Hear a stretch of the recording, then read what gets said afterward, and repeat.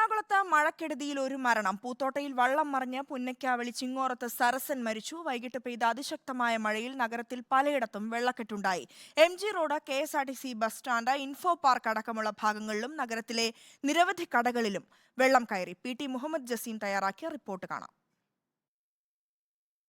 കൊച്ചിയിൽ ഇപ്പോൾ മഴ തുടരുകയാണ്. ചെറിയ മഴയാണെങ്കിൽ പോലും കനത്ത വെള്ളക്കെട്ടാണ് നഗരത്തിലെ വിവിധ ഭാഗങ്ങളിൽ രൂപപ്പെട്ടിട്ടുള്ളത്. കളമശ്ശേരി, കടവന്ത്ര, അതുപോലെ സൗത്ത് ഉൾപ്പെടെയുള്ള പല മേഖലകളിലും ഈ രീതിയിൽ കനത്ത വെള്ളക്കെട്ട് രൂപപ്പെട്ടിട്ടുണ്ട്. KSRTC ബസ് സ്റ്റാൻഡിന് സമീപം, സൗത്തിലെ KSRTC ബസ് സ്റ്റാൻഡിന് ഉള്ളിലൊക്കെ ഈ ഒരു രീതിയിൽ വെള്ളക്കെട്ട് രൂപപ്പെട്ടിട്ടുണ്ട്. ഈ വെള്ളക്കെട്ട് രൂപപ്പെട്ടത് കൊണ്ട് തന്നെ ബസ്സുകളും മറ്റും അകത്തേക്ക് പ്രവേശിക്കാനാകാത്തൊരു സാഹചര്യമുണ്ട്. പല ബസ്സുകളും ഇങ്ങോട്ട് എത്തുന്നത് പോലുമില്ല. അതുകൊണ്ട് തന്നെ യാത്രക്കാർ വലിയ ദുരിതത്തിലാണ് അകപ്പെട്ടുകൊണ്ടിരിക്കുന്നത്.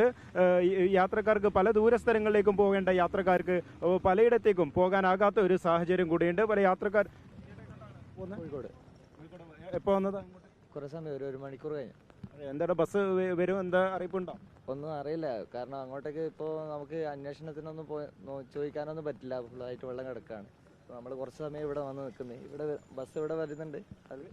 വരുന്ന വഴിയിലൊക്കെ ബ്ലോക്കുകളും കാര്യങ്ങളും ഉണ്ടായിരുന്നു. ബ്ലോക്ക് ഉണ്ട്, പല സ്ഥലത്തും വെള്ളം ഇങ്ങനെ കെട്ടിക്കിടക്കുന്നത്. ഓട്ടോ പിടിച്ചാണ് ഇവിടെ വന്നത്. അപ്പോൾ ഓട്ടോ പിടിക്കുമ്പോൾ പലരും വരുന്നില്ല ഇങ്ങോട്ട്, വെള്ളക്കെട്ടാണെന്ന് പറഞ്ഞിട്ട് കുറേ ബുദ്ധിമുട്ടി. ഇതുപോലെയാണ് ദൂരസ്ഥലങ്ങളിലേക്ക് പോകേണ്ട പലർക്കും ഒരു തരത്തിലും ഇവിടുന്ന് പോകാൻ കഴിയാത്തൊരു സാഹചര്യം കൂടിയുണ്ട്.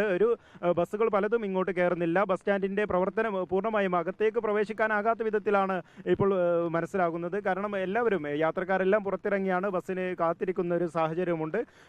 എന്തായാലും ഈ രീതിയിലാണ് കൊച്ചിയിലെ വെള്ളക്കെട്ട് അതീവ രൂക്ഷമായിക്കൊണ്ട് തന്നെയാണ് തുടരുന്നത്. കളമശ്ശേരിയിൽ ഉൾപ്പെടെ വലിയ തോതിൽ വെള്ളം കയറിയിട്ടുണ്ട്. അതുപോലെ തന്നെ പല വീടുകളിലേക്കും 20ഓളം വീടുകളിലേക്ക്, കളമശ്ശേരിയിലെ 20ഓളം വീടുകളിലേക്ക് പോലും വെള്ളം കയറിയിട്ടുണ്ട് എന്നുള്ള ഒരു സാഹചര്യമുണ്ട്. ഈ രീതിയിൽ നഗരത്തിലെ വെള്ളക്കെട്ട് ജനജീവിതത്തിനെ തന്നെ സ്തംഭിപ്പിക്കുന്ന ഒരു രീതിയിലേക്കാണ് മാറുന്നത്.